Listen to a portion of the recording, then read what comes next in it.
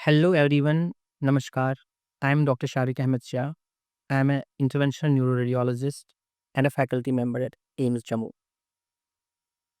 I am delighted to welcome all of you on this occasion, the World Stroke Day that's being observed across the globe. Stroke,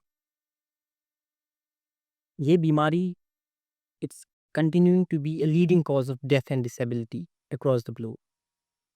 But अच्छी news ये है कि इस disease को diagnose किया जा सकता है, ट्रीट किया जा सकता है with the latest advancements in medical sciences that we have today, and we can save lot of lives.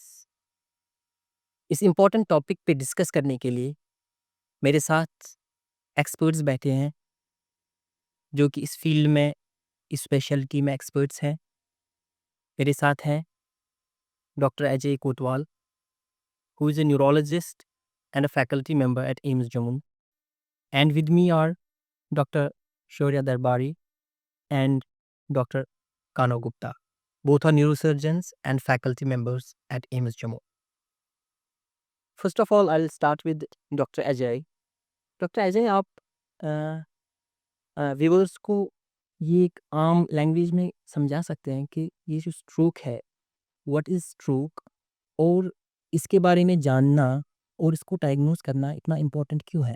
नमस्कार, मेरा नाम डॉक्टर अजय होतवाल है। स्ट्रोक का अगर हम सिंपल वर्ड्स में बोलें तो हम ये कह सकते हैं कि stroke is a focal neurological deficit due to vascular aetiology.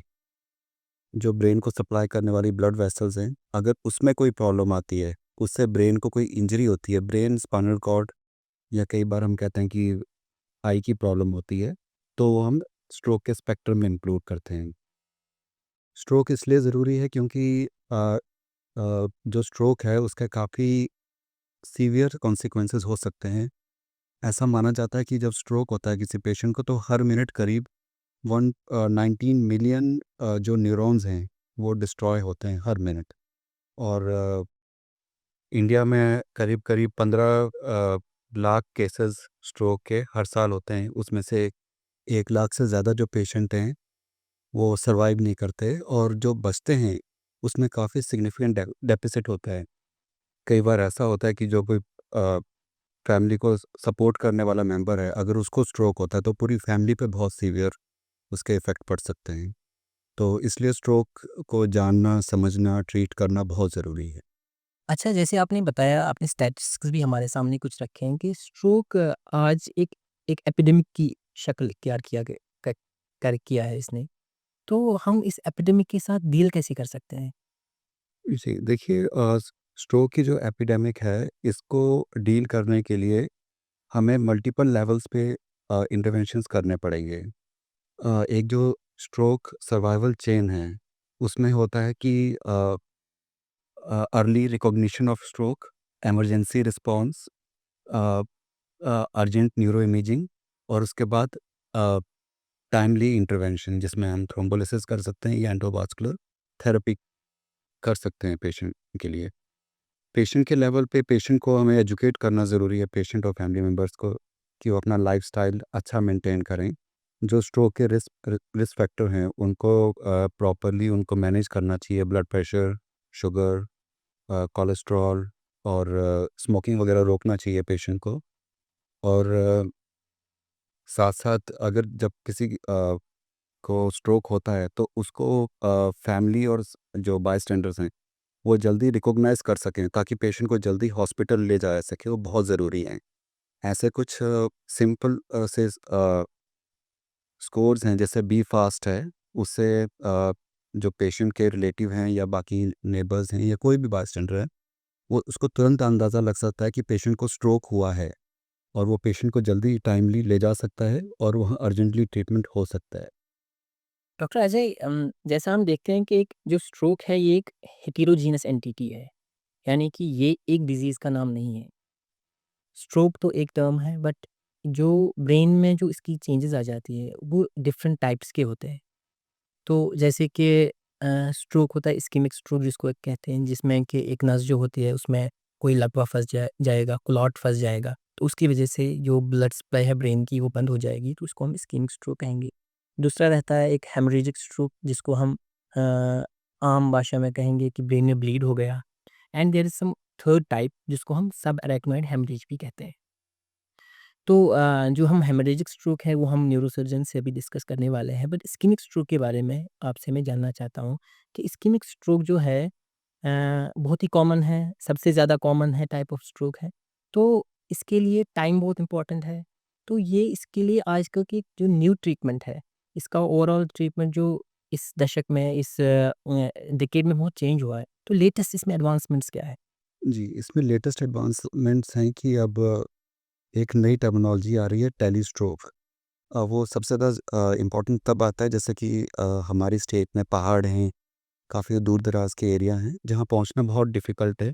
Ambulances services भी कई बार वहाँ नहीं पहुँच पाती है। तो वहाँ पे जो लोकल हॉस्पिटल्स हैं, जहाँ पे फुल टाइम न्यूरोलॉजिकल सर्विस नहीं है, वो लोग ऑडियो विजुअल मेथड जैसे कि स्मार्टफ़ोन हो गया या व्हाट्सऐप है या कोई दूसरी मॉडलिटी है, उससे दूसरे हॉस्पिटल जहाँ पे जो कि स्ट्रोक सेंटर हो सकता है, वहाँ से कम्युनिकेट करते हैं और कई बार वहीं पे ही अपनी ही जगह पे ट्रीटमेंट शुरू कर सकते हैं, जिससे कि पेशेंट की लाइफ भी बच सकती है और काफ़ी हद तक पेशेंट की जो डेफ़िसिट हैं वो कम हो जाते हैं। डेफ़िनिटली। और जो इसमें जो हम ट्रीटमेंट करते हैं, कुछ दवाई भी देते हैं, जैसे कि कोई ड्रग्स होते हैं, और आजकल के ज़माने में कुछ डिवाइसेज़ आए हैं कि जो अगर जो ये क्लॉट फँस गया तो उसको निकाल भी सकते हैं। उसके बारे में थोड़ा-सा बताइए? जी बिल्कुल। जो इमरजेंसी डिपार्टमेंट में जो हम सबसे पहले इंजेक्शन देते हैं पेशेंट को, अगर कोई पेशेंट थ्रोम्बोलिसिस के लिए एलिजिबल है, तो उसको हम साढ़े 4 घंटे के अंदर-अंदर एक इंजेक्शन टेनेक्टिप्लेज़ या इंजेक्शन एल्टीप्लेज़ देते हैं और ये प्रूवन इंजेक्शन है। ये all over the world use होता है। इंडिया में भी ये यूज़ हुआ है। बहुत सारे स्ट्रोक रेडी हॉस्पिटल हैं जहाँ पे ये इमरजेंसी डिपार्टमेंट में लगता है और ये इसके काफ़ी अच्छे बेनिफिट्स हैं।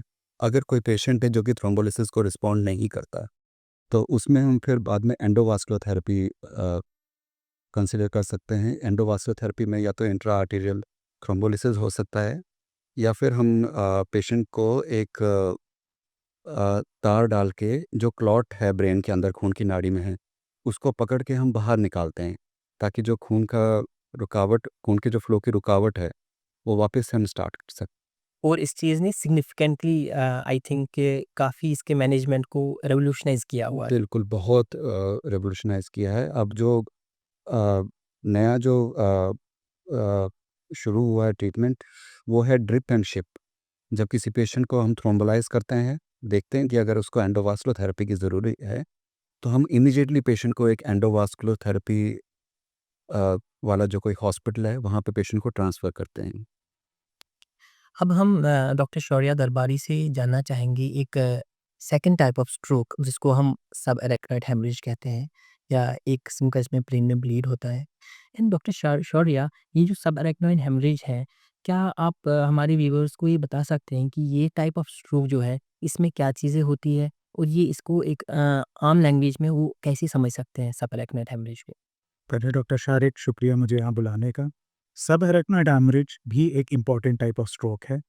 इसमें जो उसका मेन कॉज़ होता है जिसको हम स्पॉन्टेनियस एसएएच बोलते हैं नॉन ट्रॉमेटिक, उसका होता है एन्यूरिज़म्स का फटना। एन्यूरिज़म्स देखिए जो ब्रेन की जो ब्लड वेसल्स होती है, जो नसें होती है, उसमें एक तरीके से गुब्बारे की तरह वहाँ पे वो फूल जाती है और कभी-कभी जब स्पेशली जब बीपी बढ़ता है, तो वो फट जाता है। ये कई बार जानलेवा हो सकता है और इसके वजह से ब्रेन के अंदर ब्लीड होने के वजह से जो और चेंजेज़ आते हैं, जो बाकी वेसल्स में चेंजेज़ आते हैं, जो ब्रेन के ब्लड सर्कुलेशन में चेंजेज़ आता है, उस वजह से ये काफ़ी घातक हो सकता है ये। अच्छा, ये जो सब एरेक्नोइड हेमरेज हैं, तो हम ये जो बाकी स्ट्रोक्स हैं, जैसे कि डॉक्टर अजय ने हमारे इस्केमिक स्ट्रोक के बारे में बताया है, और एक टाइप है हेमरेजिक स्ट्रोक जिसके बारे में हम आगे बात करेंगे। तो इसके सिम्पटम्स, साइन्स एंड सिम्पटम्स कैसे डिफरेंट होते हैं इस टाइप के स्ट्रोक से? आप कैसे इस चीज़ को आइडेंटिफ़ाई कर पाते हो कि ये जो स्ट्रोक है, ये एक सब एरेक्नोइड हेमरेज है?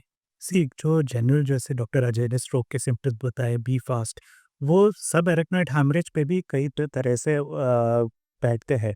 लेकिन कुछ ऐसे सिम्पटम्स होते हैं जो बड़े पर्टिकुलर होते हैं सब एरेक्नॉइड हेमरेज से, and one of them is severe headache.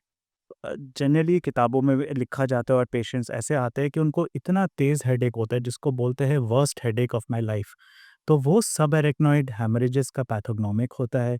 Secondly, कई बार क्या होता है कि जो दिमाग की जो नर्व्स होती हैं, क्रेनियल नर्व्स, उसमें जब ये गुब्बारा प्रेस करता है तो उसमें प्रॉब्लम्स आ सकती है, जिससे आँखों के पलक का नीचे गिरना या आँखों की पुतली का चौड़ा होना, मतलब क्रेनियल नर्व डेफिसिट्स जिसको हम कहते हैं। सो ये सब एरेक्नॉइड हैमरेज के कुछ यूनिक सिम्पटम्स होते हैं, बट येस, सब एरेक्नॉइड हैमरेज और बाकी तरह के स्ट्रोक के कई सिम्पटम्स ओवरलैप करते हैं, एंड प्रॉपर इसका डायग्नोसिस हम सीटी और किसी वैस्कुलर स्टडी से जैसे सीटी एंजियो या डीएसए से ही कर पाते हैं। ये एक बहुत ही खतरनाक जानलेवा बीमारी है सबएरेक्नोइड हेमरेज। और अगर हम देखें तो इसकी काफ़ी ज़्यादा मोर्टेलिटी है। इसकी मोर्टेलिटी पहले भी बहुत ज़्यादा रही है और आज के ज़माने में भी सिग्निफिकेंट मोर्टेलिटी है। बट जो लेटेस्ट एडवांसमेंट्स है, काफ़ी इसमें हम इंटरवीन करके काफ़ी सारी लाइव्स बचा सकते हैं। क्या डॉक्टर शौर्य आप हमें बता सकते हैं कि इसके जो जो ये एन्यूरिज़्म होता है जिसकी वज़ह से सबएरेक्नोइड हेमरेज हो जाता है, इसके हमारे पास आजकल के ज़माने में क्या-क्या ट्रीटमेंट ऑप्शंस हमारे पास अवेलेबल है? सी एन्यूरिज्म एक ऐसा टाइप ऑफ स्ट्रोक है जिसमें पिछले दशक में बहुत ज़्यादा एडवांसमेंट हुई है इसके ट्रीटमेंट में। ट्रेडिशनली सर्जरी इसका इलाज होता था, ब्रेन सर्जरी करके जहाँ पे वो गुब्बारा है, हम उसको सील कर देते थे क्लिप्स के मामले। अब इसमें एंडोवास्कुलर ट्रीटमेंट, जिसमें बिना ब्रेन सर्जरी किए हम अंदर एक डिवाइस या कॉइल्स डाल देते हैं, जिससे एन्यूरिज्म अंदर से ही ब्लॉक हो जाती है। आजकल में दोनों ट्रीटमेंट्स, क्लिपिंग मतलब सर्जरी और कॉइलिंग मतलब एंडोवास्कुलर ट्रीटमेंट, दोनों ही प्रचलित है। कुछ एन्युरिज्म्स क्लिपिंग के लिए ज़्यादा एमेनेबल होते हैं, कुछ एन्युरिज्म्स कॉइलिंग के लिए ज़्यादा एमेनेबल होते हैं। एंड वो जो आपके ट्रीटिंग डॉक्टर है, वो आपसे बहुत अच्छी तरह डिस्कस करेंगे, दोनों ऑप्शंस देंगे और दोनों के प्रोज एंड कॉन्स बताएंगे। हर एन्युरिज्म क्लिपिंग से ट्रीट नहीं हो सकती या रिस्की होती है, और हर एन्युरिज्म ऐसा नहीं हो सकता कि उसमें कॉइलिंग भी उसमें रिस्की होता है। सो एन्युरिज्म में क्लिपिंग एंड कॉइलिंग दोनों ऑप्शंस होते हैं, एंड जो आपके ट्रीटिंग डॉक्टर है वो आपको अच्छी तरह बताएंगे कि आपके लिए कौन सा जो ट्रीटमेंट है वो बेस्ट होगा। अब हम जो एक तीसरा टाइप ऑफ स्ट्रोक है जिसको हम हेमरेजिक स्ट्रोक कहते हैं। हेमरेजिक स्ट्रोक सब अरेक्नोइड हेमरेज की तरह इसमें भी ब्रेन में ब्लीड हो जाता है। एक एक लोकल जगह पे एक हेमाटोमा जिसको हम ब्लीड कहते हैं, ब्लड का जम जम जाना वहाँ पे हो जाता है। तो इस हेमरेजिक स्ट्रोक के बारे में जानने के लिए हम डॉक्टर कानाऊ गुप्ता जो कि एक न्यूरोसर्जन हैं, उनसे जानना चाहेंगे कि जो हेमरेजिक स्ट्रोक है, इसको आप कैसे अंडरस्टैंड कर सकते हैं? और आप इसके बारे में हम आप क्या जानकारी दे सकते हैं हमारे व्यूअर्स को? First of all, Dr. Sharik, thank you for inviting me and thank you for discussing this important topic. जैसे आपने और डॉक्टर अजय ने बताया किस टाइप के स्ट्रोक्स होते हैं, इस्कीमिक एंड हेमरेजिक। हेमरेजिक क्यों होता है? एक किसी कमज़ोर नस का फटना। एंड डॉक्टर शौर्य ने बताया कि हमको किस तरह से एनेरिज्म को सिक्योर कर सकते हैं। फर्स्ट हमें ये समझना होगा कि एक जो ब्रेन है, जो दिमाग है, वो एक क्लोज़्ड कैविटी है, एक बंद दरवाज़ा है, जिसके अंदर एक कैलकुलेटेड अमाउंट ऑफ स्पेस है। उसमें किसी भी चीज़ का ब्लड का आना, किसी भी इन्फेक्शन का आना या किसी भी अ सूजन का आना, उसमें एक ब्रेन नॉर्मल ब्रेन सेल्स को मारना शुरू कर देता है, उसको ख़त्म करना शुरू करता है। जैसे अजय सर ने बताया पर मिनट 19 लाख न्यूरॉन्स डैमेज होना शुरू हो जाते हैं। सो अर्ली इंटरवेंशन हमें अर्ली इंटरवेंशन उस पे सर्जिकली इंटरवेंशन करना बहुत इम्पोर्टेंट है। अदरवाइज़ जो नॉर्मल रिमेनिंग ब्रेन है, उसको भी वो डैमेज कर सकता है। अब आपने बात की हेमरेजिक स्ट्रोक की, तो क्योंकि किसी कमज़ोर नस का फटना, वो ब्लीडिंग होना, इसी बात पे डिपेंड करता है कि वो कितनी वॉल्यूम है उसकी, कितना बड़ा है, किस जगह पे लोकेटेड है और वो उसकी सिम्पटम्स क्या हैं पेशेंट को। अगर हमें लगता है कि पेशेंट रैपिडली डिटेरियोरेट कर रहा है और ऐसी जगह पे ब्लीड है जिसको हम सर्जिकली निकाल सकें विद मिनिमल ऑफ डेफिसिट्स, कि हम पेशेंट को कम से कम डेफिसिट दे सकें और हम उस ब्लीड को निकाल सकें and the patient can have a normal quality of life, so we have to surgically intervene in medical and as well as layman terms. अगर उसकी जैसे वॉल्यूम 30 ml से ज़्यादा है, we have to surgically intervene, हमें surgically उसको निकालना पड़ सकता है। अगर वो मेडिकली रिफ्रैक्टिव है, मतलब किसी भी मेडिकल ट्रीटमेंट से वो इतना आईसीपी रेज़ कर रहा है कि हम किसी मेडिसिन से उसको कंट्रोल नहीं कर पाते, then we have to surgically intervene to decrease the pressure, to save all the remaining cells. हम बाकी जो बचा हुआ ब्रेन है, जो नॉर्मली फंक्शनिंग ब्रेन है, उसको हम बचा सकें। तीसरा आता है कि यंगर पेशेंट्स, बिकॉज़ जो यंग पेशेंट्स हैं, जवान पेशेंट्स हैं, they tend to do better, वो नॉर्मल जीरियाट्रिक पेशेंट से बेटर परफॉर्म करते हैं आफ्टर सर्जरी। सो येस, आपका क्वेश्चन करेक्ट है, we have to surgically intervene. When we have to do it, if it is greater than 30 cc, जो normal 30 ml से ज़्यादा हो, एक्सेसिबल लोकेशन हो, एंड ऑफ कोर्स जो मेडिसिन रिफ्रैक्टरी हो, कि मेडिसिन से भी हम उसका प्रेशर कंट्रोल ना कर सके। These are the common indication of surgical intervention. Doctor Kano, अगर हम देखें जो ये हेमरेजिक स्ट्रोक होता है, जो मोस्ट कॉमन कॉज़ है इस चीज़ का, हाइपरटेंशन हम देखते हैं एल्डरली पेशेंट्स में, और एक स्पेसिफिक एरियाज़ ऑफ ब्रेन में ये हो जाता है, जिसको हम लोकेशन ऑफ द ब्रेन से आइडेंटिफाई कर सकते हैं कि इसका कॉज़ जो है हाइपरटेंशन है।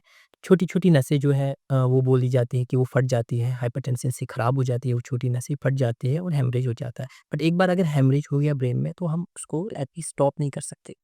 तो आपने सही बोला कि इसमें जो सर्जिकल ऑप्शंस है, तो इस जो ये ब्लीड है उसको हम अगर निकालेंगे इन स्पेशल केसेस में, नॉट इन ऑल केसेस, तो काफ़ी फ़र्क पड़ सकता है। तो हम आपकी एक्सपीरियंस में आपकी जानना चाहता हूँ, और व्यूअर्स को भी आप ये बताइए कि जब आप सर्जरी करते हैं, क्योंकि ओपन सर्जरी होती है, बड़ी सर्जरी होती है, तो जिन पेशेंट में आप ये सर्जरी करते हैं, उनका आपकी एक्सपीरियंस और वर्ल्ड वाइड उनका प्रोग्नोसिस क्या रहता है? कितना डिफरेंस क्रिएट कर सकता है ये सर्जरी? सो यस, आपका क्वेश्चन बिल्कुल सही है। See institutes, because they are known for multidisciplinary, because आप इधर न्यूरो इंटरवेंशन में हैं, डॉक्टर जी न्यूरोलॉजिस्ट हैं, एंड वी आर न्यूरोसर्जन्स।